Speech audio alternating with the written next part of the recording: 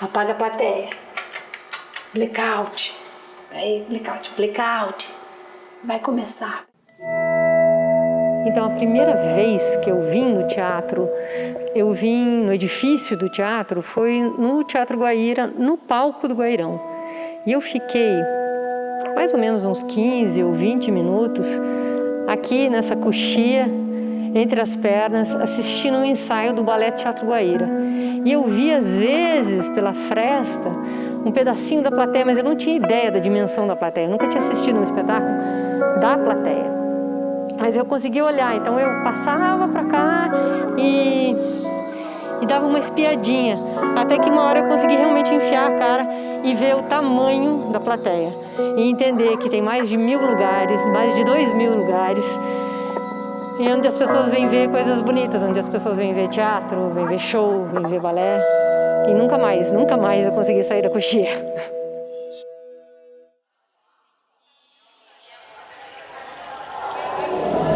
Então, como que eu comecei nesse negócio da luz? Porque eu comecei a trabalhar como assistente de luz do Beto. A minha história com a iluminação, ela começou junto com a minha história com o teatro. Eu comecei a fazer luz muito cedo, eu tinha entre 14 e 15 anos quando eu fiz a minha primeira oficina. No início eu ganhava menos. Então aqui, primeira peça de teatro que eu fiz na escola, na faculdade, 1991, final de 1991, eu era atriz, estava em cena e tinha uma mulher que fazia a iluminação dessa peça, era a Nádia Luciani. E eu fiquei muito impressionada com o fato de ser uma mulher fazendo iluminação, eu nunca imaginaria que pudesse ser uma profissão para uma mulher fazer iluminação. E a Nádia tinha o meu nome, Nádia, e eu achei isso muito interessante. Ela foi super generosa comigo, ela me ensinou muita coisa. E a primeira coisa que ela fez foi me levar na cabine do Mini. Porque eu comecei a trabalhar como assistente de luz do Beto e logo em seguida, ainda sem me considerar uma iluminadora, eu mesma, criadora de luz, eu já me tornei professora de iluminação cênica, porque eu já era professora no curso de comunicação visual, de metodologia do projeto. Eu entrei na Faculdade de Artes do Paraná. Aí foram surgindo outras oportunidades. Uma delas, que foi a mais importante, fiquei um ano ainda um pouco distante, pouco a pouco fui me reaproximando da FAP. E a gente tinha que apresentar um trabalho sobre os 13 signos do teatro. E eu resolvi falar sobre a iluminação. E para fazer o trabalho eu acabei me apaixonando sobre a luz. Quando eu tinha 11 anos, eu comecei a fazer teatro no Centro Juvenil de Artes Plásticas do Paraná. Tudo isso por estímulo, muito estímulo da Lilian Fleury, que na época estava terminando de construir o Teatro Laboratório da FAP, estava entrando na fase de equipar o teatro e ela ficou doente, porque o processo de construção, o projeto todo da captação de recursos para construir o Teatro Laboratório foi muito cansativo para ela. Isso acabou resultando num desgaste emocional muito grande e num câncer também. Ela queria se afastar para tratar do câncer e me perguntou se eu assumiria a conclusão da construção do Teatro Laboratório e principalmente da compra dos equipamentos, né? E apresentei o trabalho para a turma e um colega que estava com o espetáculo em cartaz me chamou para operar a luz do espetáculo. Aí eu fui, topei, claro, e cheguei no dia da montagem. O diretor do espetáculo, que assinava a luz também, foi falando para mim, porque a gente tem tantos elipsoidaus, tantas pá, tantos PC, você tá entendendo o que eu tô falando? Eu topei a empreitada e voltei para a FAP, né? Aí adquirindo essa carga horária maior para cuidar do Teatro Laboratório e fiquei como coordenadora do Teatro Laboratório por um tempo. Nessa época também, a Lilian Fleury me fez uma provocação. Ela disse, Nádia, na verdade, a tua atividade na universidade sempre foi muito extensionista. Por que você não formaliza isso num projeto de extensão? E foi assim que nasceu o LABIC, o Teatro Laboratório da FAP, que hoje é um dos grandes estímulos que eu tenho na minha atividade, porque o LABIC é efetivamente a junção da minha atividade acadêmica com a minha atividade profissional. E eu assim, eu tava entendendo o que ele tava falando, mas eu ia anotando assim, quadradinho, preto, PC, prateadinho, par. Tipo, como toda pessoa que trabalha como técnico, eu aprendi fazendo. Mas eles tinham um teatrinho que era bem o que a gente precisava, assim, tinha um palco pequenininho, uma arquibancada, tinha camarim e tudo mais. E aí, durante as aulas a gente fazia essas ceninhas que as professoras propunham e etc. E no palco tinha uma linha de iluminação, assim, e a gente tinha alguns focos coloridos. E sempre que eu não estava em cena, sempre que não era a minha cena, eu ia lá e ficava trocando os focos. Às vezes da minha também, mas quando eu fazia para as outras pessoas, ou melhor, para as outras crianças, eu ia do lado da professora que tinha os interruptores e eu ficava trocando as luzes enquanto a cena acontecia. Quando eu comecei a trabalhar com teatro e quando eu comecei a aprender, eu trabalhei muito em festa, muito em montagem de evento, montagem de show. E era um ambiente, até hoje, extremamente masculino, assim. Então, muitas vezes eu era a única mulher no espaço. E além de ser novata na área, assim. Então, eu estava aprendendo muita coisa e tinha que provar muita coisa, que eu era capaz de muita coisa. No início eu ganhava menos. Depois que eu saí do estadual, eu entrei no curso técnico de artes cênicas da Universidade Federal do Paraná, que hoje em dia virou o curso de produção cênica, mas na época era um curso de 2 anos que também te formava em todas essas áreas técnicas, né? Você tinha as matérias de iluminação, mas você também tinha as matérias de atuação e montagem, etc. E aí ali foi um momento que eu comecei a me profissionalizar.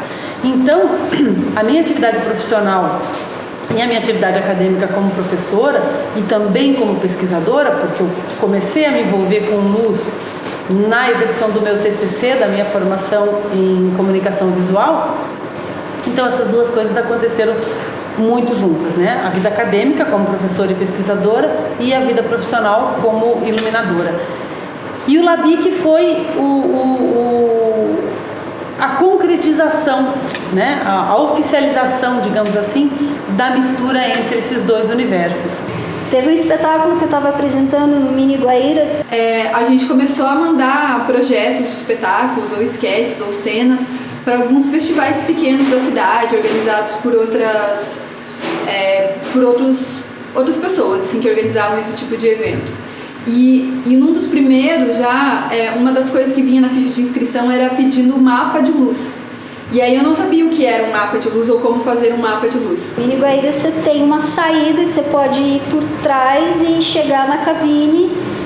E o diretor que estava em cena ficou puto porque a menina que estava operando o som começou a errar a hora de soltar o áudio. E a primeira pessoa que me ensinou a fazer um mapa de luz foi a Judite, que ela trabalhava no Guaíra na época e ela também era iluminadora e ela também tinha sido das turmas iniciais da Federal. E aí eu fui lá e ela foi super querida e ela pegou um papel e me mostrou e me ensinou como fazer as coisas e tudo mais. E foi um momento bem importante para mim. Eu, a princípio, achava, é porque eu tô começando, tô aprendendo e tá tudo certo, né? Muitas vezes trabalhava pela comida e beleza. Mas depois eu fui descobrindo, passando um tempo, que eu já estava ensinando os caras que estavam começando e esses caras estavam ganhando mais do que eu. Assim. Ele saiu, deu a volta, entrou na cabine e soltou os cachorros em cima da menina.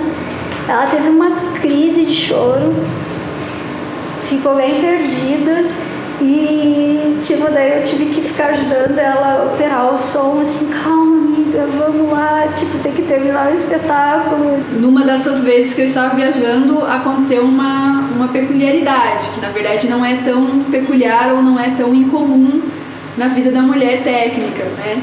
Que a gente foi apresentar num evento numa cidade de praia e a gente foi ficar vários dias, assim, a gente ficou uns 3 dias a mais. Era verão, nós estávamos com calor, nós tínhamos vindo da praia, algumas atrizes estavam de biquíni mesmo, e a gente foi fazer a visita técnica no teatro.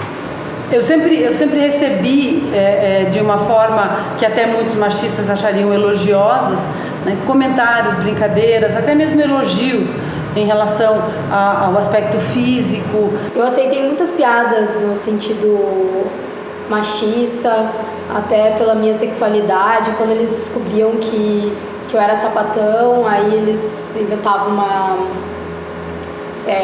começava uma outra relação, como se eu fosse brother.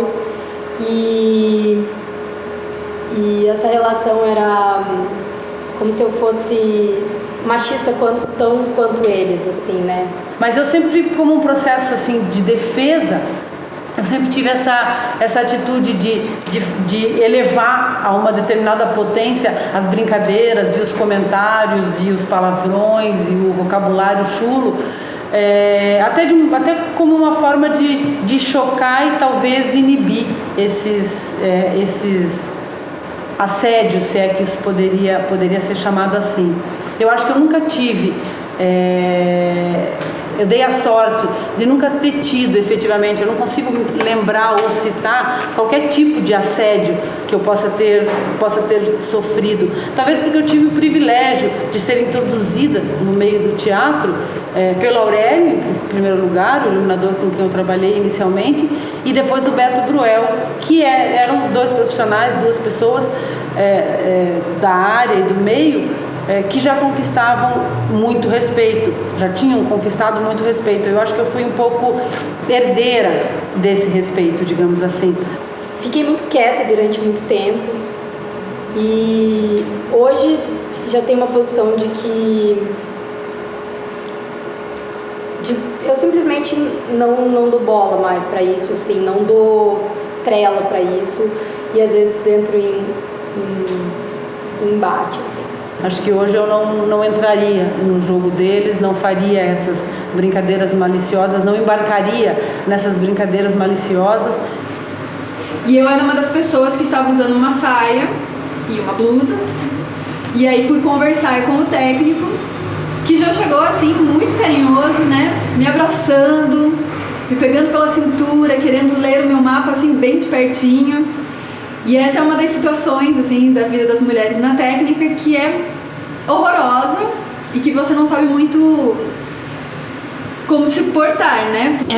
Eu acho muito absurdo que na altura do campeonato que a gente esteja, a discussão de roupa não seja sobre segurança do trabalho, conforto, mas seja num lugar de eu ter dignidade para poder trabalhar, assim. É como se o fato de eu vir de regata torne o meu trabalho insalubre, assim. Mas a gente já está muito acostumada que em dia de montagem a nossa vestimenta é também pensada a respeito dos nossos colegas de trabalho, né? A gente não pode pôr só uma roupa que a gente sabe que a gente vai subir na escada e tem que estar confortável pra gente não cair, pra gente estar seguro e tal. Mas a gente tem que ter uma roupa que não importa se está 40 graus, que nos cubra. E às vezes os nossos colegas de trabalho estão sem camisa.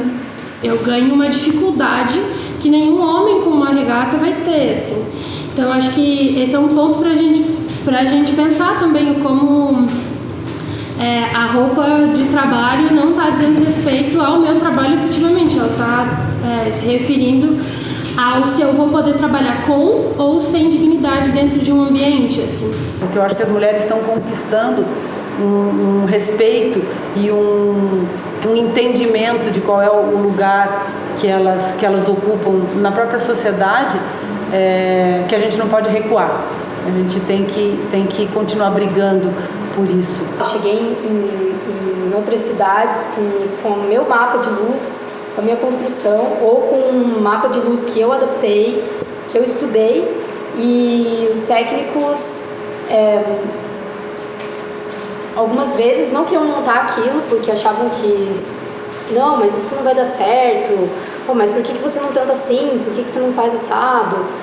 E aí eu chegava nos lugares, quando os técnicos começavam a fazer corpo mole, eu dizia, então senta aí, deixa que eu faço. E sempre fiz, sempre tive competência para fazer qualquer coisa que qualquer técnico homem fazia. Muitas vezes eu fingi que a luz não era minha. Falei assim, olha, eu tenho que fazer assim para dar certo, para eles montarem, porque a gente geralmente tem um tempo pequeno de montagem. Muitas vezes eu falei assim, se eu fizer diferente, o iluminador vai saber que eu fiz diferente. E colocar como se a iluminação fosse de um homem. E aí, eles, não, então vamos fazer assim e tal. Como normalmente não sou eu que vou fazer as montagens, eu faço os projetos e levo técnicas para fazerem a montagem, acontece de eu sentir que os técnicos de alguma maneira respeitam a minha autoridade de ter conseguido fazer aquele projeto, saber o que eu quero como efeito, mas não respeitam e não conseguem imaginar que eu vou entender do equipamento, que eu vou saber como pode afinar. Tem que abrir mão do meu reconhecimento, né, para poder funcionar. E grávida de 5 meses, digamos que é um pouco mais delicado. Mas aí eu cheguei no Rio de Janeiro e quando eles começaram a fazer corpo mole, ou querendo propina, ou querendo simplesmente trabalhar menos, eu dizia, não, fica de boa aí que eu faço. E comecei a montar a luz. E acho que pegou no orgulho masculino da equipe, e eles começaram a fazer, não, pode deixar, não, é muito perigoso você subir na escada e tal, não sei o quê. E sei que o dono da empresa, ele falou pra mim depois que ele queria comprar meu passe para eu ir trabalhar com ele, porque ele nunca tinha visto os técnicos da empresa trabalharem tanto como naquela montagem. Quase como se, tudo bem, você fez uma universidade, você foi formada por outras iluminadoras que eu respeito e que eu tenho uma legitimidade, assim. Acho que aqui em Curitiba isso é bem importante, assim, ter figuras como a Nádia Luciane, a Nádia Nara, mulheres que estão fazendo luz há mais tempo e que formaram outras iluminadoras, me dá uma brecha de entrada, assim. Quando eu chego e dou o nome dessas mulheres, eu de alguma maneira sou mais validada dentro dos ambientes. Depois de 10 anos de profissão, ainda... Não que 10 anos seja muito, né? A gente tem muitas iluminadoras aí, tem muito mais tempo.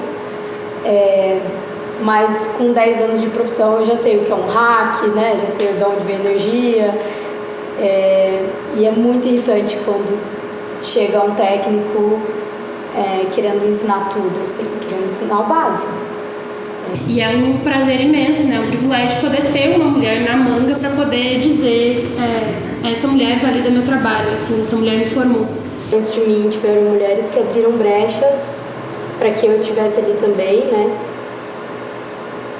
A Coxilha do Guairão é um lugar mítico, porque é um lugar imenso, um lugar grande, um lugar gigante, onde sempre tem muita técnica, onde tem sempre muito cenário, muito depósito de material. E aqui tem um cantinho especial que eu gosto bastante, que é o depósito dos equipamentos, onde ficam dormindo, esperando o espetáculo acontecer, os refletores. Eles ficam aqui esperando, às vezes, manutenção, às vezes troca de lâmpada. Eles vão ficando aqui esperando, estão sempre pendurados, eles são tipo papagaiozinhos, assim. Ficam sempre penduradinhos, agarradinhos ali, esperando para ir pro palco. Como se eles estivessem num camarim rápido, esperando para entrar. Eles estão todos preparados com seus figurinos já, esperando para ir para a cena. Tanto os técnicos quanto os meus primeiros professores foram homens. E eu fui perceber que as minhas relações profissionais estavam sendo pautadas em assédios e violência lá pelo 2º ou 3º ano de faculdade, quando eu comecei a montar com um técnico e eu percebia que as montagens com ele eram muito mais fáceis, muito mais rápidas e eu conseguia atingir os meus objetivos com muito mais precisão. No 3º ano da faculdade, eu já tirei meu DRT, então tipo, eu já era profissional. Antes de terminar a faculdade de direção, eu já tinha me profissionalizado como iluminadora. Inclusive, quem assinou, porque nessa época a gente tinha que levar uma declaração no SATED, de algum iluminador ou uma iluminadora que atestasse que você era capacitado ou capacitada, né, para trabalhar fazendo luz. E quem assinou para mim foi a Nádia Naira. E aí um dia, conversando com outras meninas que faziam luz na universidade, falei, trabalhar com fulano é tão mais fácil, né? E ela disse, sim, porque ele te trata como iluminadora, ele não te trata como uma menina que está tentando fazer alguma coisa, ele te respeita como profissional.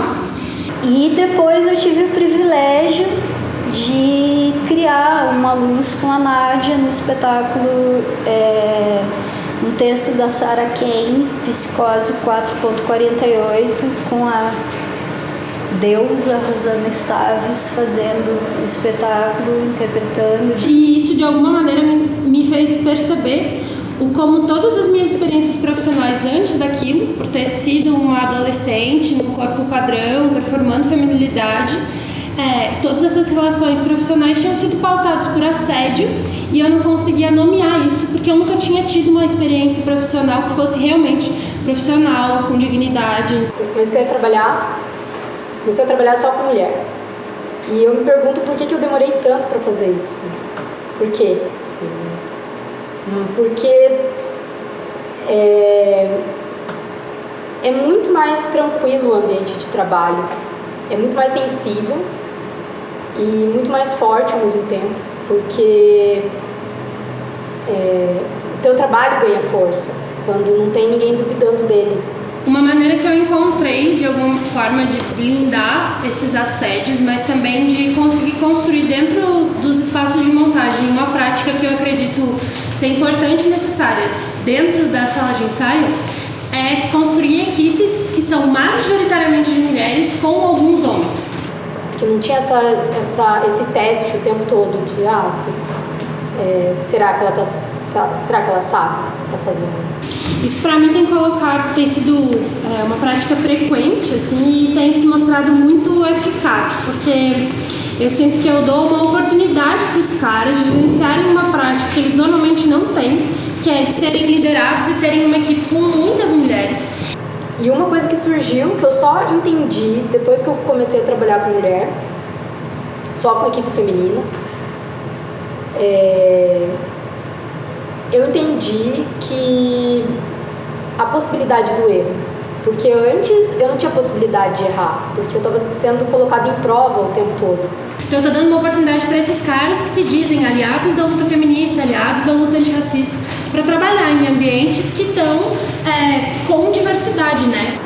E uma coisa muito legal do LABIC, nesses 10 anos, né? Então o LABIC surgiu em 2010, a oficina de iluminação cênica do LABIC surgiu em 2010, e na época era notável como o número de participantes era muito mais masculino do que feminino. E hoje é o contrário. As minhas turmas do LABIC são quase, na sua grande maioria, formada por mulheres. E nos últimos anos, nos últimos 3, 4 anos talvez, eu tenho tido muito mais assistentes e alunas e bolsistas mulheres, né, na área da iluminação do que homens. Cada vez mais eu escuto caras falando que tem medo de ser machistas, que tem medo de dizer comentários que sejam homofóbicos ou racistas. E eu acho que essa é uma experiência que a gente tem que começar a tornar mais frequente. Os caras têm que ter cada vez mais medo de ser machistas, eu tenho que ter cada vez mais medo de ser racista. Isso para mim é um grande prazer, ver essa mulherada tomando conta aí da área da iluminação cênica e fazendo luz de uma forma tão dedicada. Essa pode ser uma maneira da gente começar a repensar esses lugares de desconforto como lugares pedagógicos, de aprendizagem mesmo. Mas é importante pensar para além do passado, da construção histórica de tudo isso, apesar da memória de tudo isso que a gente viveu. Pensar sim que tudo isso, que essas histórias podem ajudar a construir um hoje diferente, um futuro diferente. O jeito de contar a história, quem conta a história, é o que faz com que a gente mude aquilo que a gente vai chamar de futuro daqui a pouco. Se a gente pensa no futuro, tem algumas perguntas. O que é que não está resolvido ainda? O que é que dá para melhorar? A gente caminha, se fortalece, se junta, constrói uma rede, a gente se estimula, a gente continua juntas. Como? Esse doc é para isso. São poucos minutos para despertar um interesse sobre a nossa profissão, para que quem está vendo possa pensar que talvez queira estar com a gente, queira debater essas questões. Vou de saia ou não vou de saia? Subo na escada ou não subo na escada? Peço ajuda ou não peço ajuda? Finjo que sei ou finjo que não sei? Bato o pé no risco de estar tudo errado? Sim, bato o pé no risco de estar tudo errado.